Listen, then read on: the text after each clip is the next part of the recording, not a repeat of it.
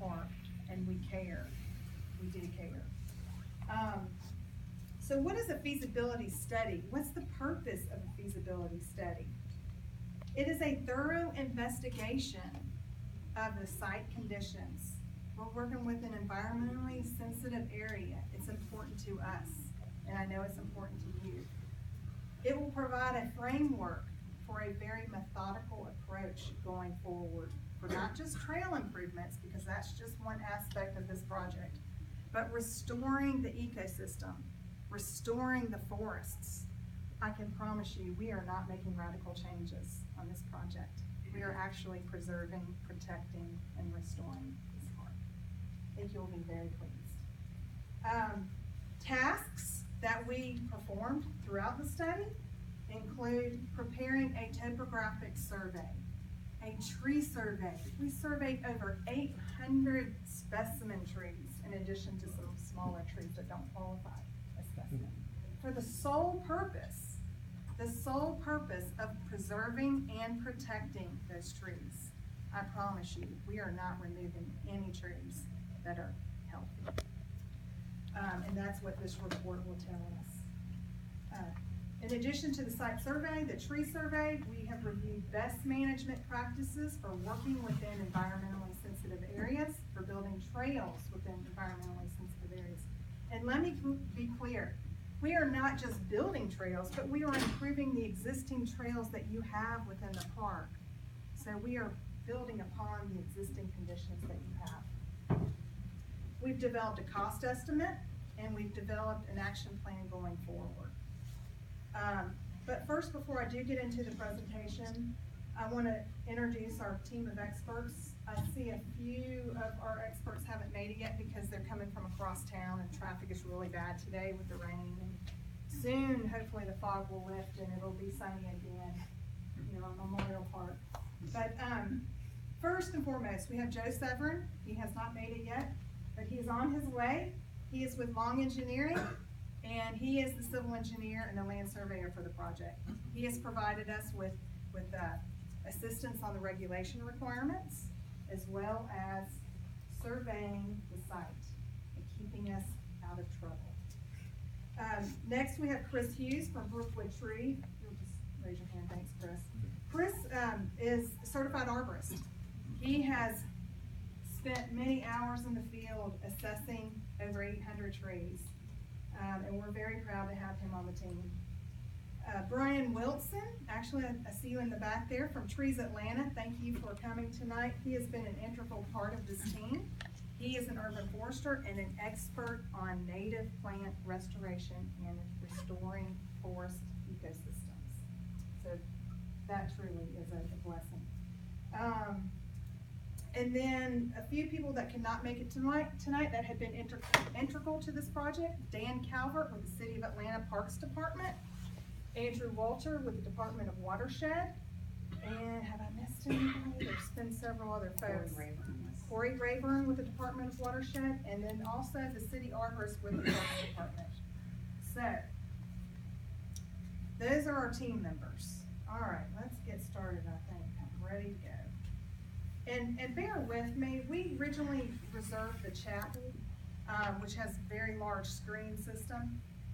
But unfortunately, we got moved to this smaller room, which is good because it's more intimate. We can, have a really close conversation.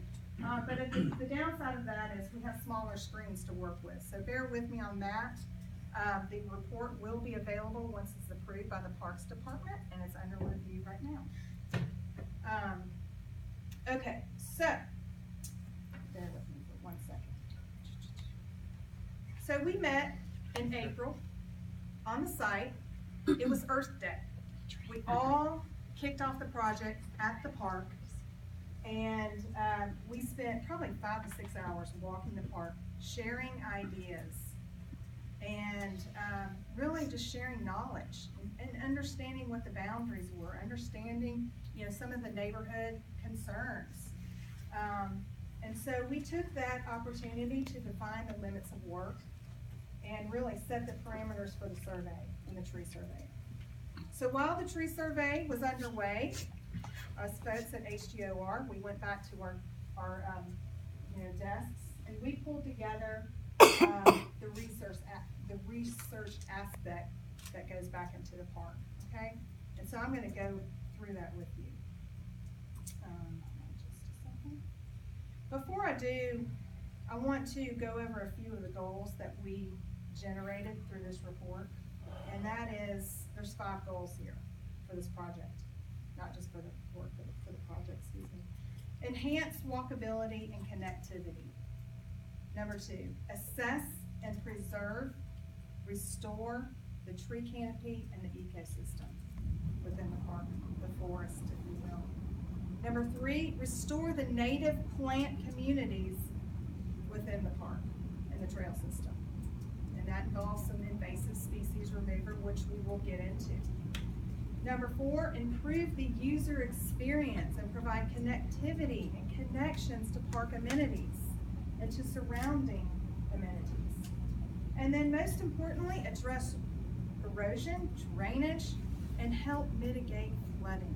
We are within a floodplain, but there are measures that we can take to do the right thing within that floodplain as far as trail improvements go. And I believe we have done that. Okay, so let's talk about the park limits, or actually the project limits for trail improvements. Our project study encompasses what we call the passive side of the park, and that's the west side of Northside Drive, the east side of Howell Mill, south of Peachtree Battle, Woodward Way, and Wesley. It's this 37 acres, is that correct? 37 acres, 34 acre park, all right? And what we've done is we have taken the existing framework and we're improving upon that framework. So that's the boundaries. And what you see on the screen, and I apologize if it is light, but what we are showing here is we're showing the existing trails, both nature trails as well as the boundary perimeter trails. And how do we improve upon them? So that's just the limits of work there. Now, at HGOR, we have what is called the C philosophy, and it stands for social, economic, and environmental approach to design. And all 3 of those come into effect in play. Neither one takes priority. It has to be a balancing act. And so, while there is an environmental stewardship on us as part of this project, there's also a human aspect that we have to be responsible for as we improve trail systems. And so there is a definition for walkability, and this is the human side. You know, how do we make this park useful and safe, comfortable, interesting? How do we accommodate for a variety of user types? People in strollers, disabled, children. And I'm not even talking about bicyclists. We're not even going there. We're just strictly talking about walking and connecting to park amenities. Making it fully accessible for everybody. Enhance the comfort and provide sensory interest, and reinforce the site character. It's important. Your community is important. And I want to show you a couple images here, which I think are very interesting. So you have lots of people using the park. However, the odd thing is they're not actually in the park. They're in the streets. They're looking in the park from the outside. Let's see if we can get these folks off the streets and into the park. Really, let's do that. And we can do that in a very sustainable manner. Why don't you just get the cars out of the street? Bingo.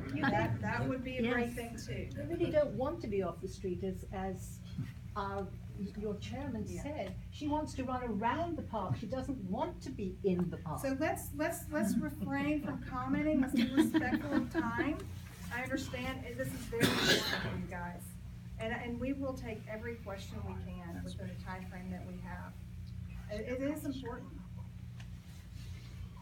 And so these are just a few photos of the trail conditions. All right, so that's the human aspect. So that there's an environment